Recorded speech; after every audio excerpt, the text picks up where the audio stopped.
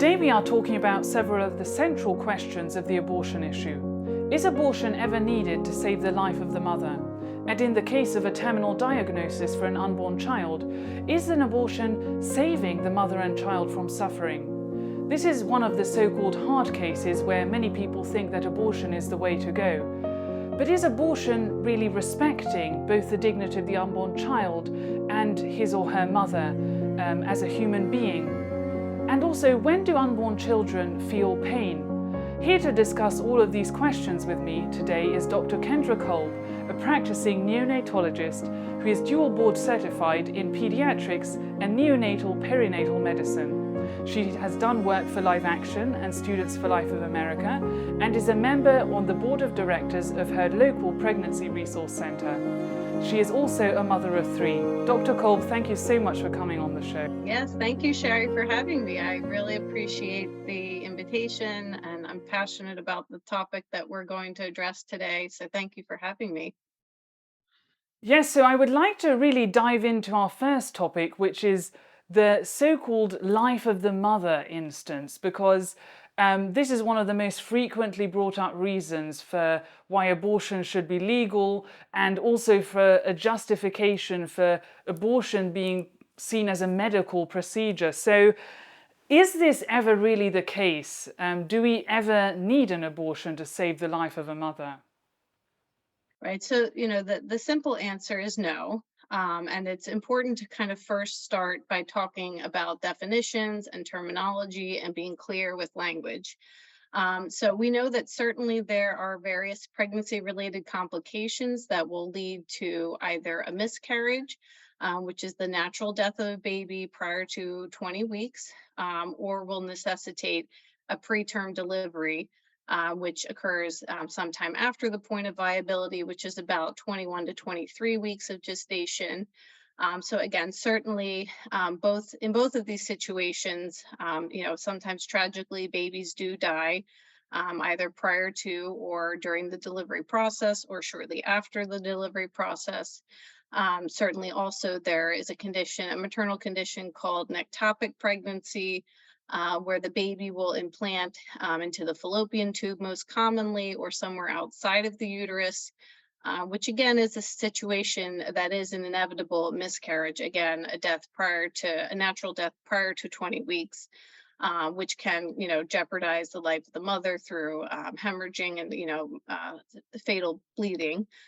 So again, certainly there are pregnancy-related complications that need to be managed. But the question is, it's clearly a question of intent. The Supreme Court has multiple times defined abortion to be a procedure which intentionally and directly is performed in order to end the life of the baby. Again, that's much different from, miscarriage management, which is, managing a pregnancy after the baby has died, or again, managing an ectopic pregnancy, which is a baby who will inevitably miscarry and again, threaten the life of the mother. So, also there's certain conditions, such as maternal cancer, where she may need to take medications such as chemotherapy, again, may also result in a miscarriage. But again, the intent of the medication was not to kill the baby.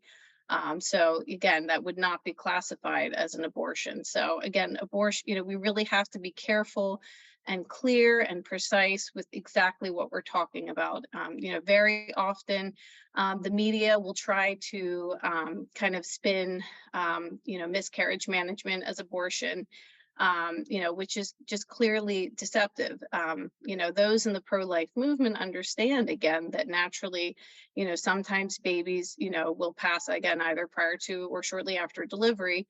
But again, this is, and our laws also clearly distinguish between, natural death from natural causes as opposed to homicide. Again, it is a question of intent. The question being, was the purpose of this procedure to produce a dead baby? If the answer is yes, that is an abortion and that is not necessary. Yes, and it's also very important to highlight that, of course, not only is the doctor's intent different, but the very procedure itself is completely different. So could you explain to us, how is it different, an abortion, from separating a mother and child in some kind of high-risk pregnancy situation? Exactly. An abortion procedure is a surgical procedure. There's different ways to, to do an abortion. One is the mother taking medication. The first medication would be a drug called mifepristone, which blocks the actions of progesterone and causes the baby to die. And then a second medication, misoprostol, which is used to cause uterine contractions to expel the dead baby. So again, that is one way abortion can be done. That typically is used to terminate pregnancies prior to 10 weeks gestation, as opposed to pregnancies that are a little further along, would be surgically aborted with most commonly a procedure called a D&E procedure, where the baby is pulled out in pieces through the cervix. Sometimes the babies are killed ahead of time with a medication that's injected either into the chest or the heart of the baby or into the head of the baby to cause the heart to stop, the baby to die, and then the baby is pulled out in pieces through the cervix. But there's risk in doing, in injecting feticide into the baby for the concerns that it may enter the maternal circulation and cause maternal cardiac arrest. So some of these babies are just dismembered alive. We may get to this later a little bit more, but it's kind of a natural segue into the topic of fetal pain. Just recently, one of the Journal of Medical Ethics published a paper in 2020 called Reconsidering Fetal Pain. And experts in fetal pain agree that even as early as about 12 to 15 weeks gestation, babies do have, the necessary neural connections and neurologic structures to be able to process pain. Previously, it had been argued that, the cortex is not fully formed in babies that early. But now we have definitive evidence to say that babies, even as early as 12 to 15 weeks, will demonstrate the same stress responses to painful stimuli that an adult would, which is facial grimacing, increase in heart rate, increase in cortisol levels. So again, when we're considering fetal pain and considering that babies start to be able to experience pain at the same gestational ages that they are being surgically aborted, this is a critical thing to understand. We sometimes, again, those will argue, well, we should, abort the baby with certain conditions so that, again, we alleviate or prevent them from ever having to suffer. But that's just, it's dishonest to present that as an option, because even, again, just the injection of, the feticide into either the head or the heart would be expected at those gestational ages to be very painful for babies, to be very stressful for those babies. So I think it's really important that we fully educate the public on this topic of fetal pain and how early these babies can experience pain and discomfort. Yes, absolutely. I mean, it's truly unbelievable. And, before we talk about the question of terminally ill children, I do want to ask that frequently you touched upon ectopic pregnancies, that people also don't understand why treating an ectopic pregnancy is not an abortion. So how is that different? How is the dignity of the child also respected in the procedure to treat it?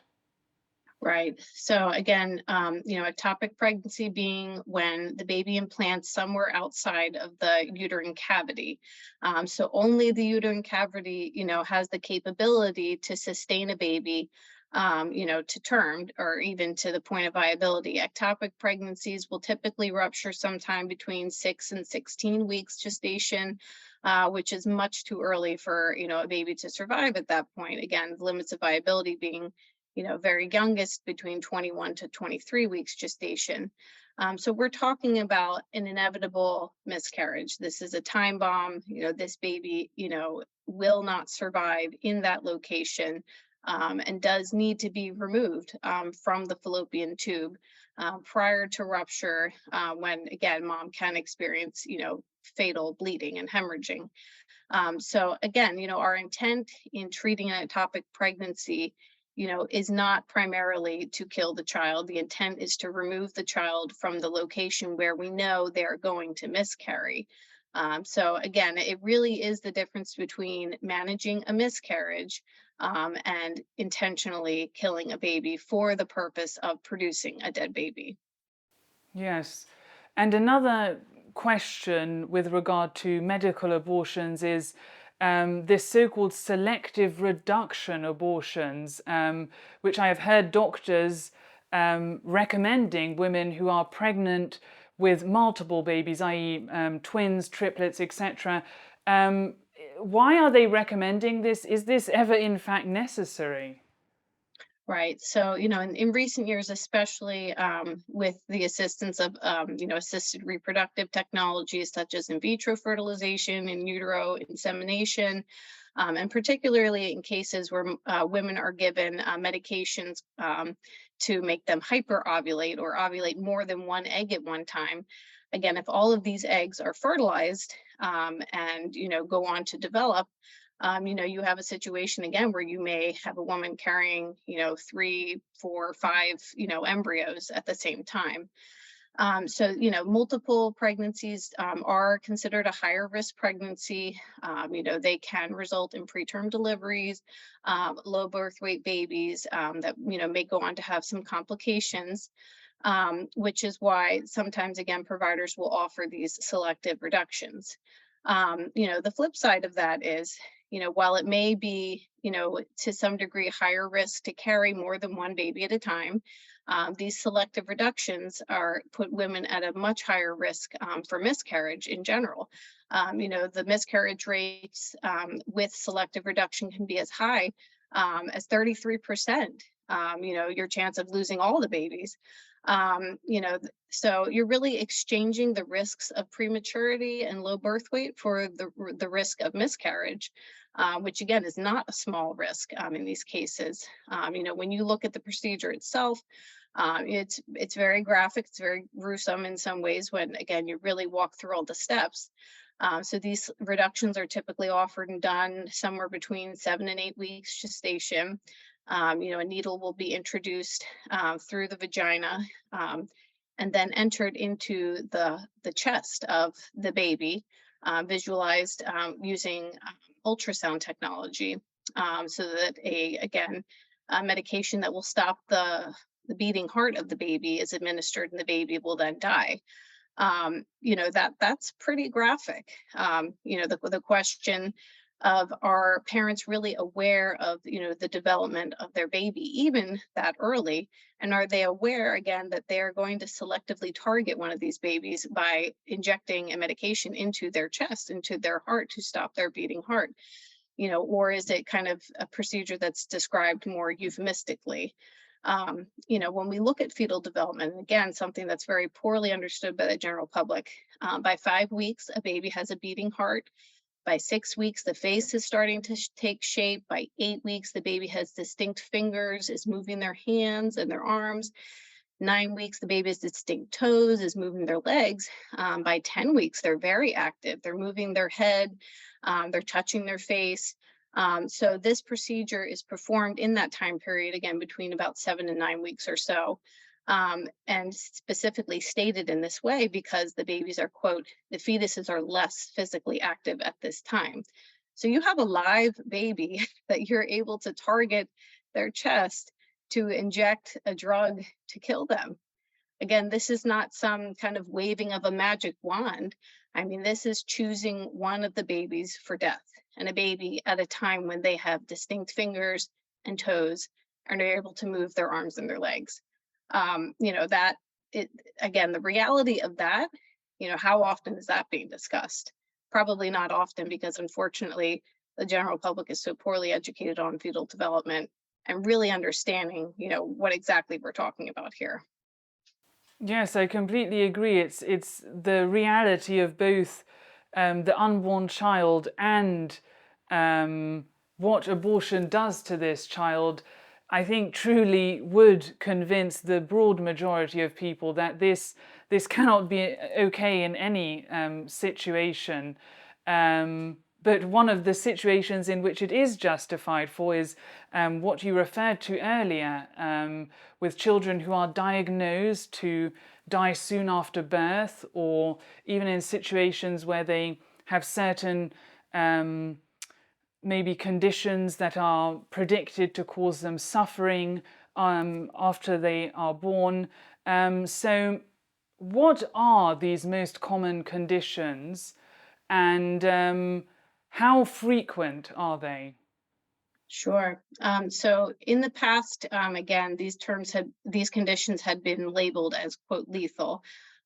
Recently, in the last few decades, the palliative care field, again, it's a field of medicine that deals with end of life issues, which again, we know end of life can happen all along the spectrum, from in the womb to the tomb. Again, palliative care, is a specialty that deals with all these issues. So again, the more appropriate term that we've been using is something called a life-limiting diagnosis, for the reason that it can be very difficult to predict with total accuracy the lifespan, or again, quality of life, for children diagnosed with many of these conditions, again, that are screened for, or found prenatally.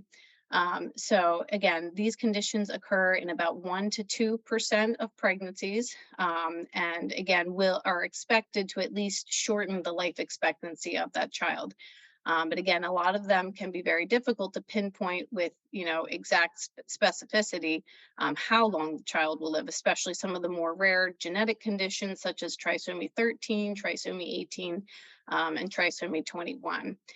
So some of these life-limiting conditions, again, we have the genetic conditions, which may shorten the life expectancy, but we also have some kind of anatomic conditions, which would be expected to shorten the baby's life, such as, issues with major organ structures, such as the head, a condition called anencephaly, in which portions of the skull or the actual brain tissue are, impacted, major issues with the heart, the lungs. Sometimes the lungs are very underdeveloped for various reasons.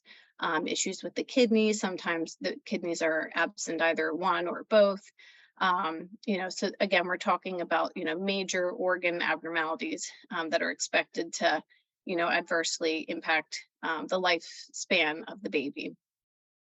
Yes, and the central question that always comes up with these children is suffering, right? And firstly, I'm wondering, do these children suffer because of these different conditions already in the womb? And when parents believe or are often told that abortion is the merciful option because they are preserving their child from suffering, how true is that of a statement? Right. So, I think first off, it's, pertinent here to talk, about, the uncertainty of some of the, in utero screens that we do. So, during the first trimester, mothers are offered the chance to obtain, genetic screening. But again, the word is screening. This is not a diagnosis. Many of these tests are unfortunately very inaccurate, especially for some of the more rare genetic conditions that have such a low kind of pre-test probability of being correct in the first place because they are so rare. So in the case where one of these screens, results positive, and again, some of these screens for some of these more rare genetic conditions have, a false, positive rate up to 80 to 90%. The New York Times, just last year on this time reported. Again, if there is a positive screen, that needs to be confirmed with a diagnostic test, such as an amniocentesis.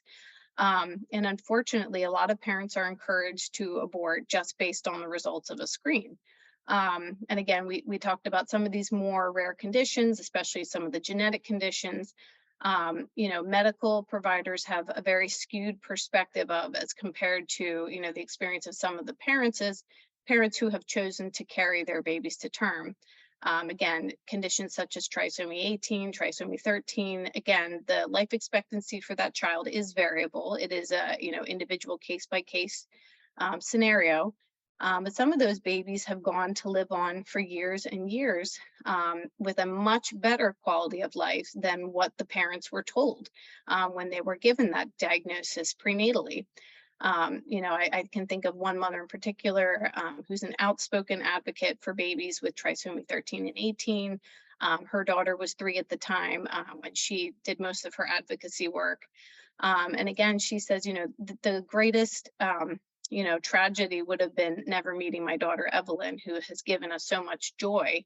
Many of these parents will say, my child is happy, my child, has purpose in our family, has given us joy, when they were only painted the gloom and doom picture of suffering, prenatally.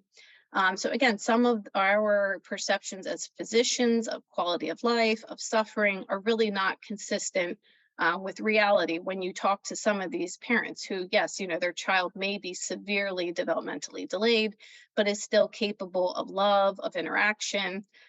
So again, that also kind of really clouds the picture and this issue, especially when you're looking at certain genetic issues.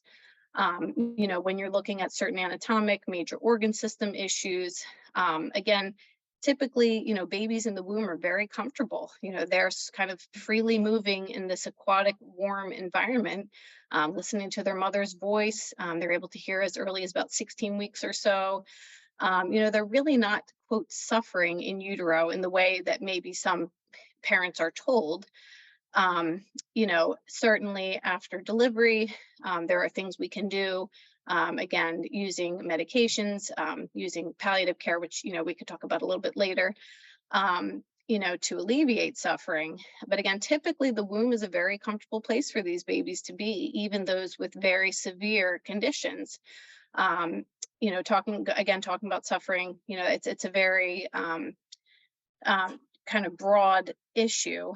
Some of these babies who have issues such as congenital diaphragmatic hernia, spina bifida, can even benefit from in utero surgery.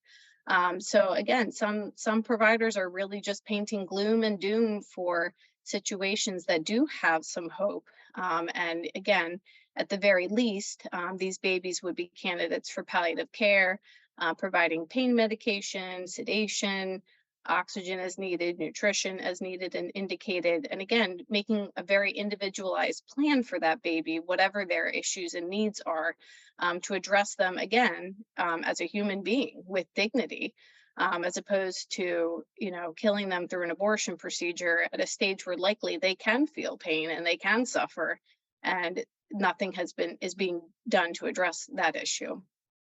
Yes. So, what does this ethical alternative in palliative care look like? Could you tell us a bit more about it, and also how maybe the parents are also accompanied and included in this journey? Sure. I want to start off by saying, this discussion, is not meant to add to the grief or the guilt for parents who have chosen abortion for, a child with a life-limiting diagnosis. We know statistically speaking that most parents have never even heard the word palliative care, were never offered this option for their child. And, it's secondary to really a lack of understanding that this is available, even starting in the in utero period. So the field of neonatal or perinatal palliative care really has been developing over the past few decades rapidly, and provides individualized care for babies, again, who are diagnosed, diagnosed, not just screened, with a particular, life-limiting condition.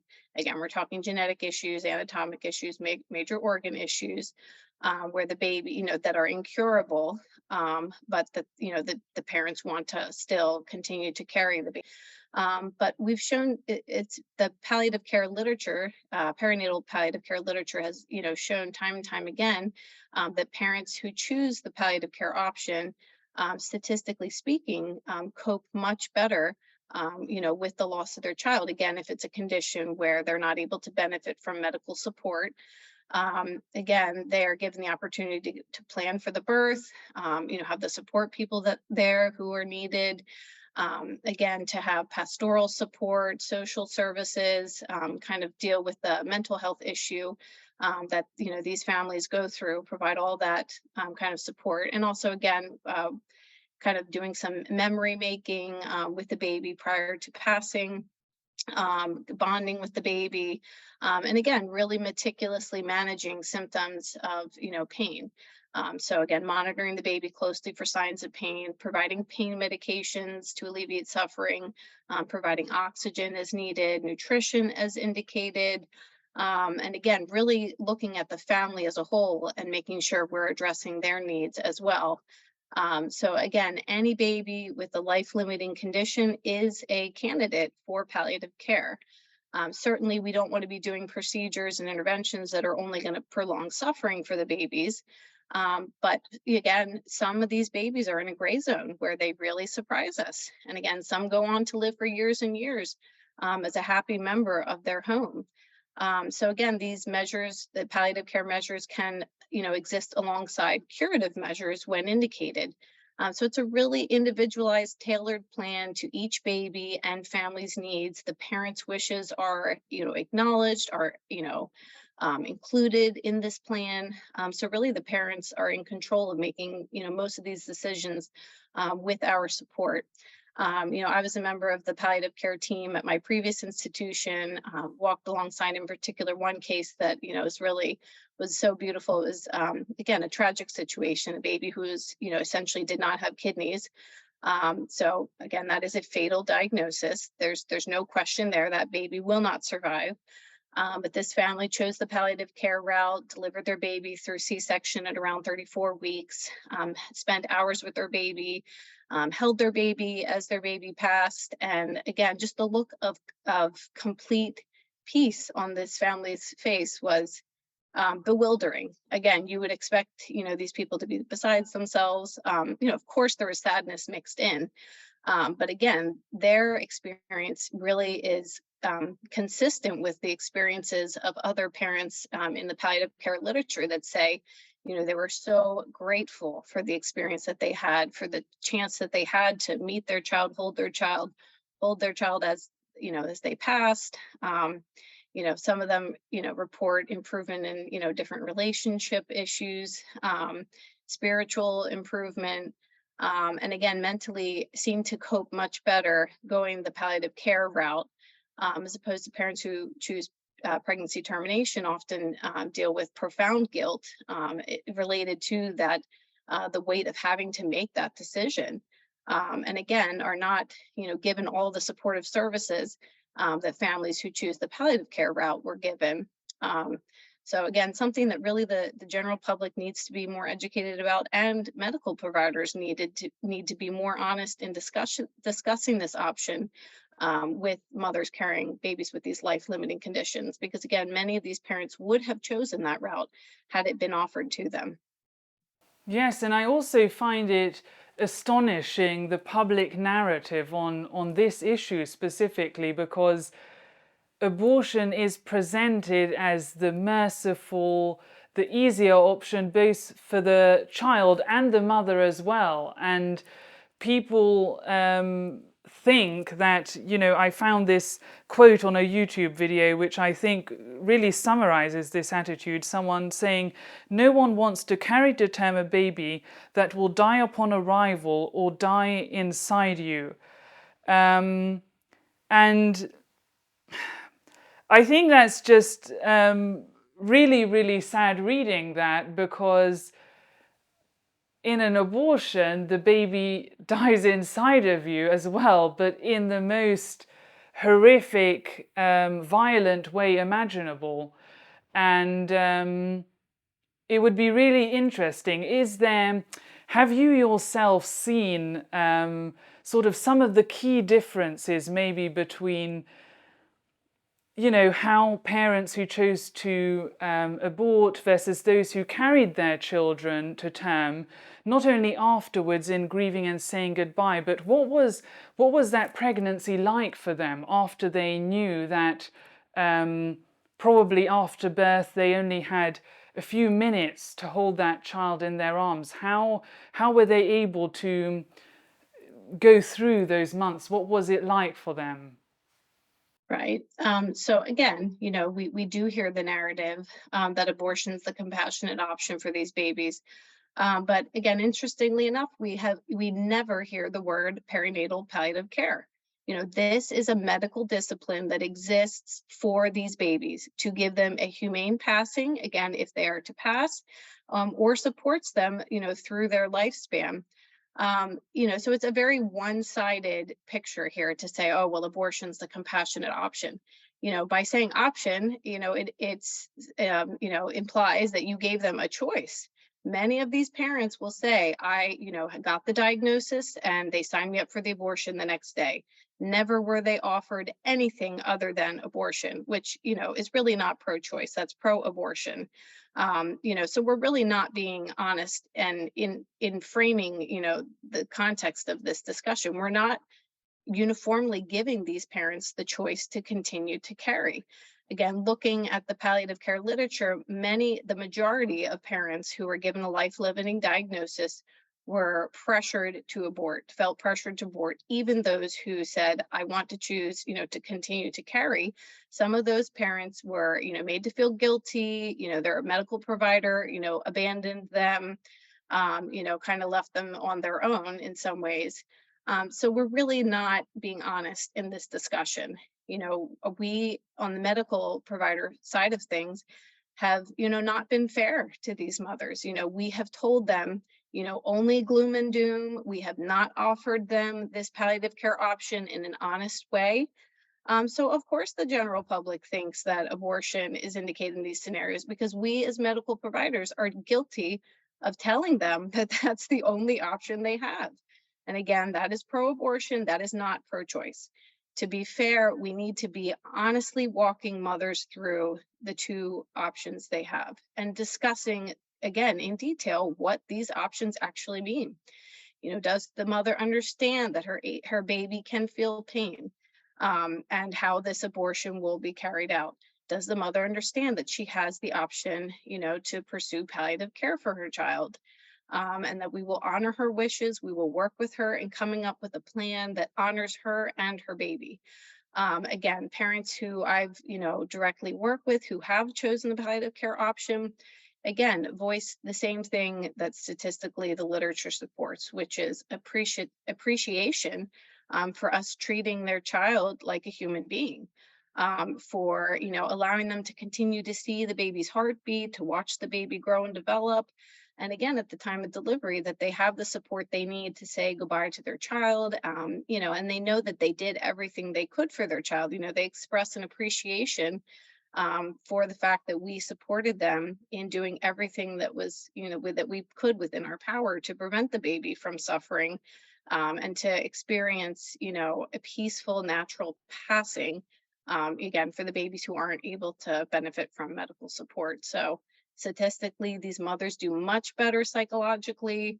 Again, of course, this is a difficult situation, but it's a difficult situation from the moment of diagnosis. Abortion really does not alleviate the mental suffering and anguish that a mother feels.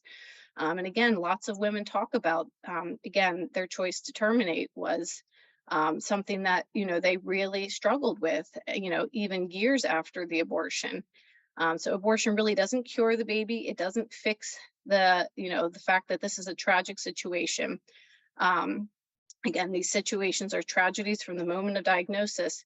But we know that choosing palliative care for many of these mothers can actually be a very healing and helpful thing, in processing, the death of the baby, and knowing that they did everything that they could to support the baby through the passing. Yes, absolutely. And I think it really strikes me that any society where abortion is legal and is offered to women, it's always such an an abandoning of women, and it's such a way of deceiving them, because every time we say it's legal, it's offered, we're saying that, okay, we might acknowledge that this is a hard path to go down, but we're still saying this is legitimate, and even if it's hard, it's a legitimate path for you. And I think this is really so dangerous when societies do this, and it's truly not standing by women in these really difficult situations, who wouldn't consider this if it wasn't being offered, if it wasn't legal. So I think it's really a really dangerous situation when we have this institutionalized in societies. And with regard to abortion being oftentimes spoken of as a medical procedure, it's not only nowadays with regards to life of the mother, terminally ill children, but it's getting more and more radical. I mean, in and of itself, a view which calls for the taking in of an innocent life is radical, but it just gets more and more so because now it is abortion is healthcare, period, right? And even though, right, pregnancy is not a disease, it's not an illness, it's a healthy occurrence in the body, and it seems extraordinary to, by any stretch of the imagination, to call this healthcare. What is your answer to this?